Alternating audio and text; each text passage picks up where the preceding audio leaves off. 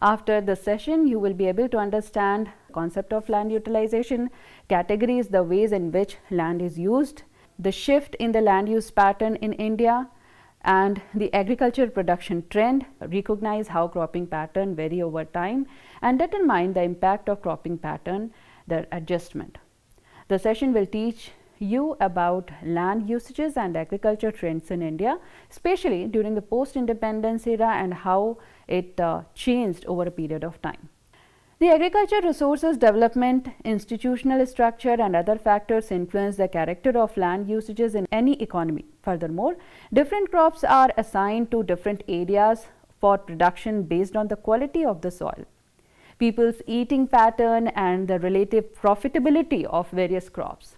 As a result, cropping pattern may shift over time as consumer preferences changes, relative pricing and production shift. Such adjustment, however, should be made in accordance with a country's land use plan.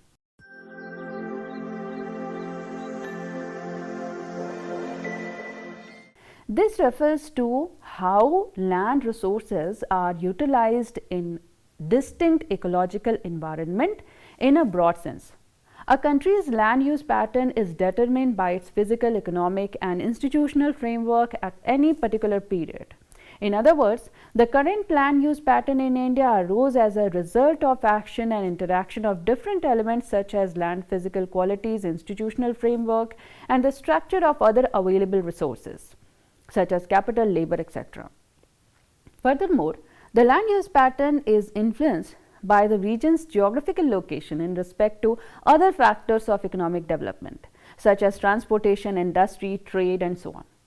Understanding the Indian economic situation will require a detailed assessment to the current land use pattern and trend in recent years.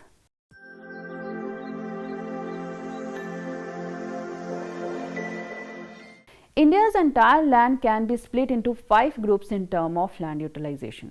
The first one is wood, second one is non-cultivable land, third is uncultivable land excluding current fallow, fourth one is fallow fields or fallow land, and fifth one is cultivated land, and these are the different type of lands. Ground used for industrial and other non-agricultural purposes as well as barren and uncultivated land are example of non-cultivable land. In this category of uncultivated land, we include pasture, grazing land, trees covers and wasteland. In contrast, fallow refers to arable ground that has been left unplanted.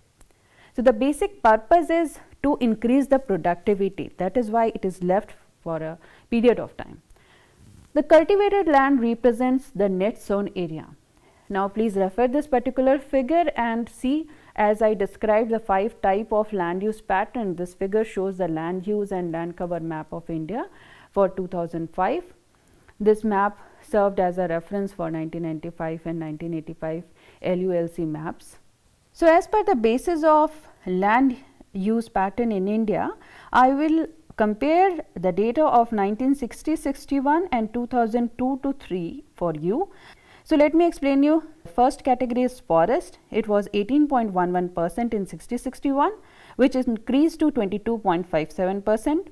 The barren and wasteland, which was 12.01%, now it came down to 6.29%.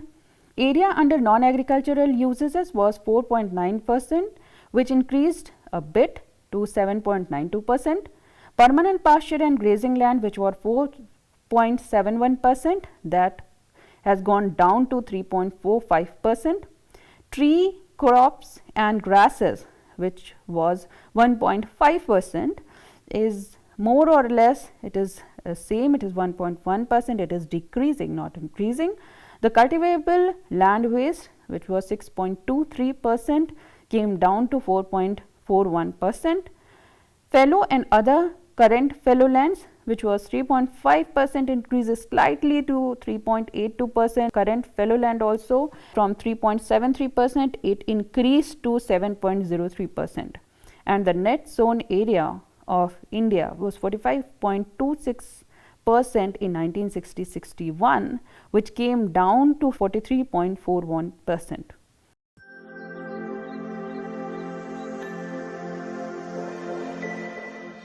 Cropping pattern refers to the percentage of land covered by various crops at any given period.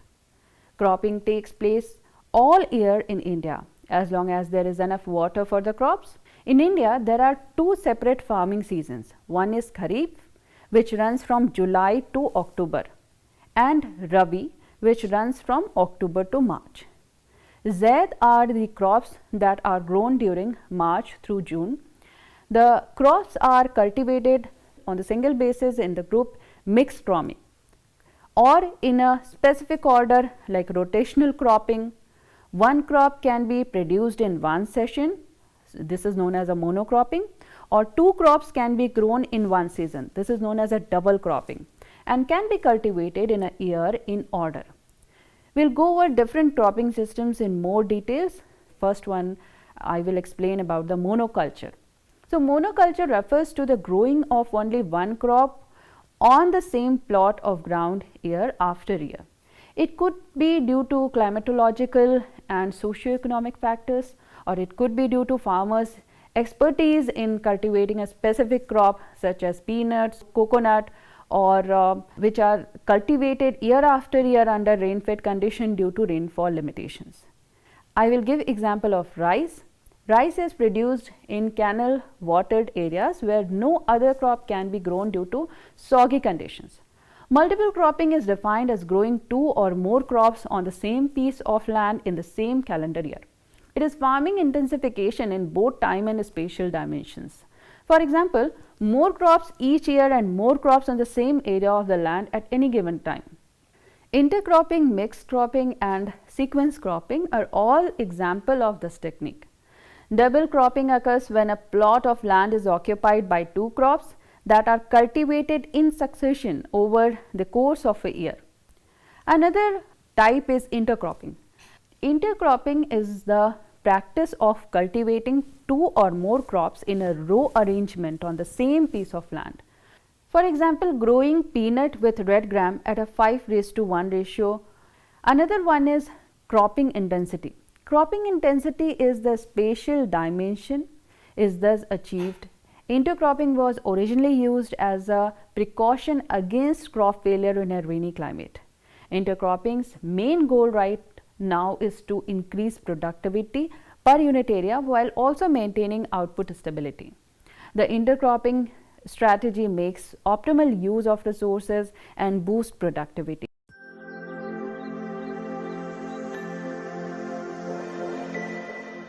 The peak nutrients demands of the component crop should not occur at the same time. The component crop should have little competition for light between the component crops. There should be complementarity. Component crop maturity should be separated by at least 30 days. Now I will explain you a bit about mixed cropping.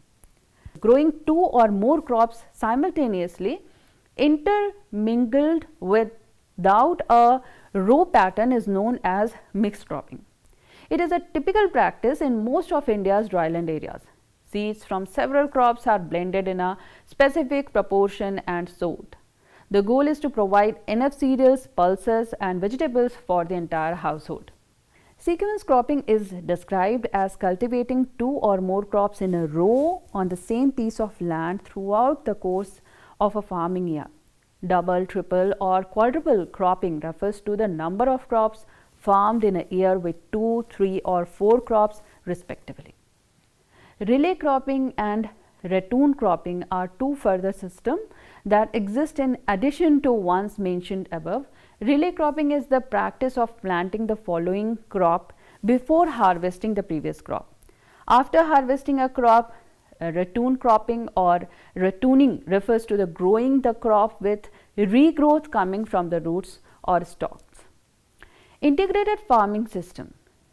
An integrated farming system is a holistic approach of combining numerous enterprises in a harmonious manner so that they complement each other, such as cropping, dairying, poultry, fishery, beekeeping and so on.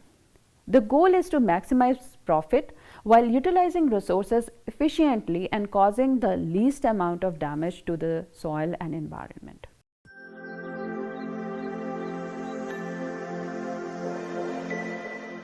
The cropping pattern on a farm is determined by both meteorological circumstances and the farmer's resources. Though climate plays the most important role in crop choices, the area under cultivation is also determined by the farmer's economic factors such as irrigation, water, input cost, the output, pricing, etc.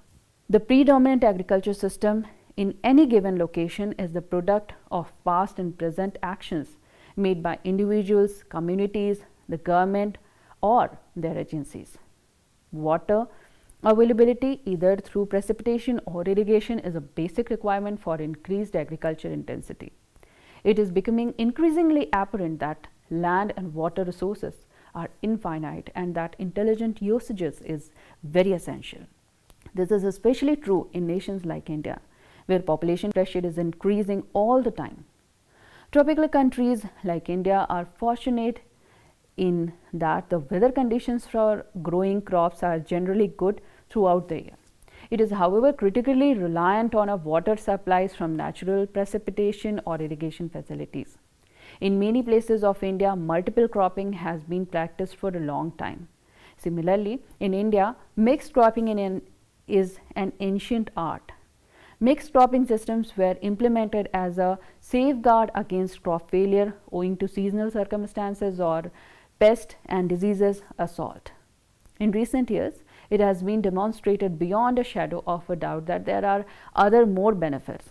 The integrated agriculture system appears to be the solution to the problem of land shortage. Small-scale farmers with limited resources will see an increase in income and a better standard of nutrition as a result of this. Researchers on multiple cropping systems, on the other hand, recommended that farmers' resources be prioritized so that a mixed cropping system may be implemented technologically. Gradually, a new concept for multiple cropping have emerged and a body of useful scientific information has accumulated. The data is derived from analytical work on various crops combinations and crop growth sequence. In this regard, the country's cultivated area can be broadly classified into three types based on rainfall pattern. First one is areas with an annual rainfall of more than 1150 mm. Second category is areas with rainfall ranging from 750 to 1150 mm. And the third one is areas with less than 750 mm of precipitation. The majority of Assam, Kerala, Orissa and West Bengal can be classified as a part of the first category. The fundamental issues in these areas are limited irrigation and poor drainage. The majority of farmers cultivate rice. Large portion of Tamil Nadu, Uttar Pradesh and Andhra Pradesh fall into the second category, according for roughly 1/3 of the country's total cultivated area. There is considerable potential for developing minor irrigation facilities in these areas. Additionally, the third category account for nearly 1/3 of cultivable land, encompassing portions of Andhra Pradesh, Karnataka, Maharashtra and Rajasthan. Unless major and medium irrigation facilities are provided in these areas, there is little hope of significantly increasing cropping intensity.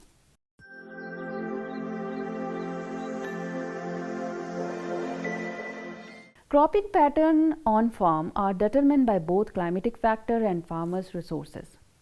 Though climate is the most important factor in crop selection, the area under crop is also influenced by the farmer's economic considerations, specifically irrigation, water, input cost and product prices. The predominant cropping system in any locality is the cumulative result of past and present decisions made by the individual, community or government or its agencies. A fundamental requirement for increased cropping intensity is the availability of water, either precipitation or irrigation sources. It is becoming increasingly clear that land and water resources are finite and that prudent use of both is critical. This is particularly true for, as I mentioned, that it is very much relevant in context of India because of the increasing population pressure. Cropping pattern are influenced by traditional, social and dietary practices, crops that are resistant to pest and disease and are compatible with the ecological environment, the most profitable crops or those with the highest yield, the crop combinations that maximizes the profit while minimizing the cost, the cumulative effect of past and present decisions made by individual government.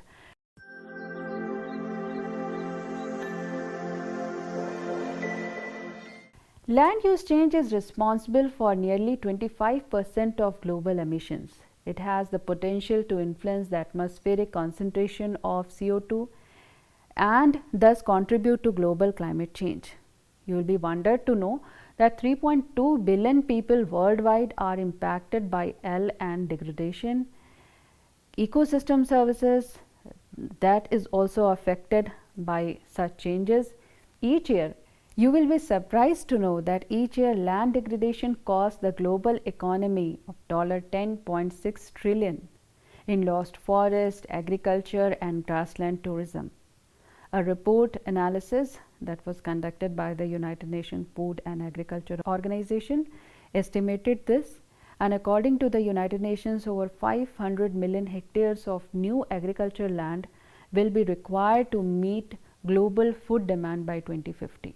According to the Intergovernmental Platform on Biodiversity and Ecosystem Services, human use affect over 70% of the all natural ice-free land on Earth, and this figure is expected to rise 90% by 2050.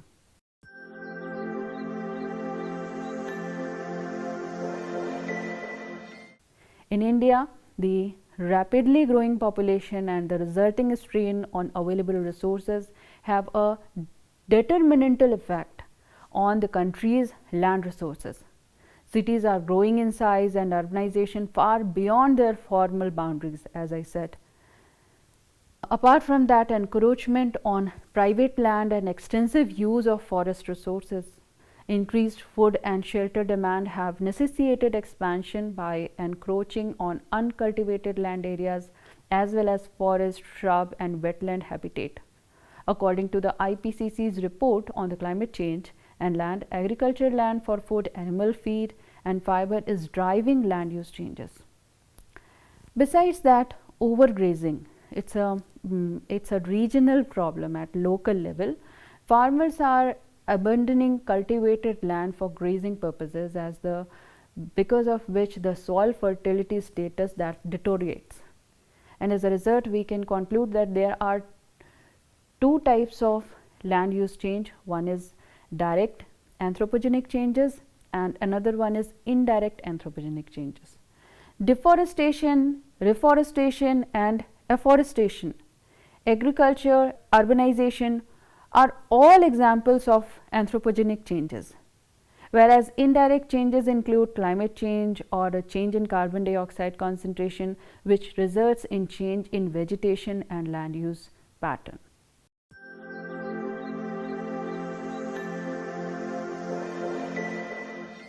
So, after discussing the concept, definition, the temporal analysis of land usages and cropping pattern in India, the different factors responsible, the different problems associated with the cropping pattern on land usages in India.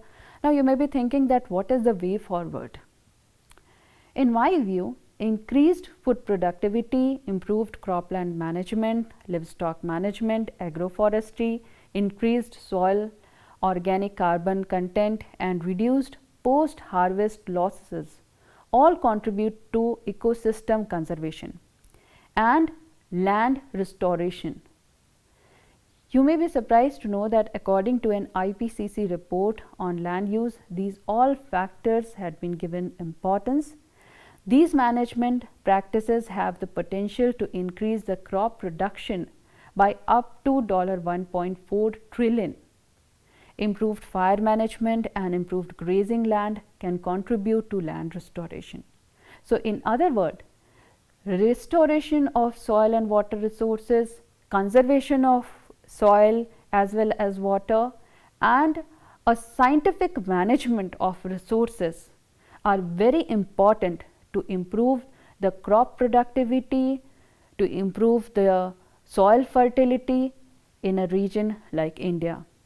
And there is also an immense need not to convert the agricultural land into non-agricultural land.